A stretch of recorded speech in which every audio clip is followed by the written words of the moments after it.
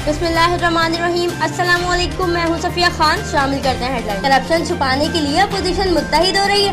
वज़ीर इत्तलाआत फवाद चौधरी बोले, सिंध में पीपल्स पार्टी का कोई मुस्तकबिल नहीं है। सिंध में गवर्नर राज का तो सवाल ही पैदा नहीं होता। अपोजिशन मिलकर बैठे तो एनआरओ का कह देते हैं। किसने मांगा एनआरओ बताएं? क्या नियाजी साहब एनआरओ दे सकते हैं? हमदा शहबाज की हुकूमत पर तनकीद। बोले, मुआशी मसाइल से निकलने का प्लान तो बताएं। मजीद कहा, अपोजिशन हुकूमत गिराना नहीं चाहती, मसले का हल चाहती है। हालात अच्छे ना हुए तो नियाजी साहब जल्द कंटेनर पर होंगे। नवाज शरीफ और मरियम नवाज के खिलाफ सजा मुअत्तली का फैसला। सजा मुअत्तली के फैसले में हमारी हिदायत को मद्देनजर नहीं रखा। जमानत केस में मेरिट्स को जेरे बहस लाया गया। इस्लामाबाद हाई कोर्ट के फैसले में नकाइस हैं।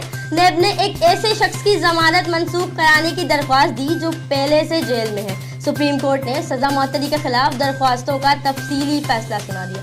वजीर आजम इमरान खान से MQM अरकान कौमी असम्बली की मुलाकात। कराची और हैदराबाद के शहरियों को दरपेश मसाइल पर बातचीत की। राब्ते में बेहतरी के लिए गवर्नर सिंध की सरबराही में कमेटी के कयाम का फैसला।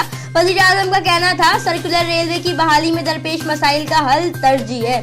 पाकिस्तान रेंजर्स सिंध ने शहर के मुख्तलिफ इलाकों में कार्रवाई करते हुए 14 मुल्जिमान को गिरफ्तार कर लिया। गुलिस्तान जौहर, फिरोजाबाद, महमूदाबाद के इलाकों में भी रेंजर्स ने कार्रवाई करते हुए 8 मुल्जिमान को गिरफ्तार किया। गबोल टाउन और सर सैयद से 4 और बोर्ड बेसन से भी 2 मुल्जिमान को गिरफ्तार किया गया। मुल्जिमान के कब्जे से गैर कानूनी असलहा, एमुनेशन और मंशियात भी बरामद। मुल्जिमान चाराजोई के लिए पुलिस के हवाले। कराची गुलिस्तान जौहर में मनी एक्सचेंज में 10 लाख की डकैती का मामला। सिक्योरिटी गार्ड के मनी एक्सचेंज में दाखिल होते ही डाकू भी मनी एक्सचेंज में दाखिल हुए।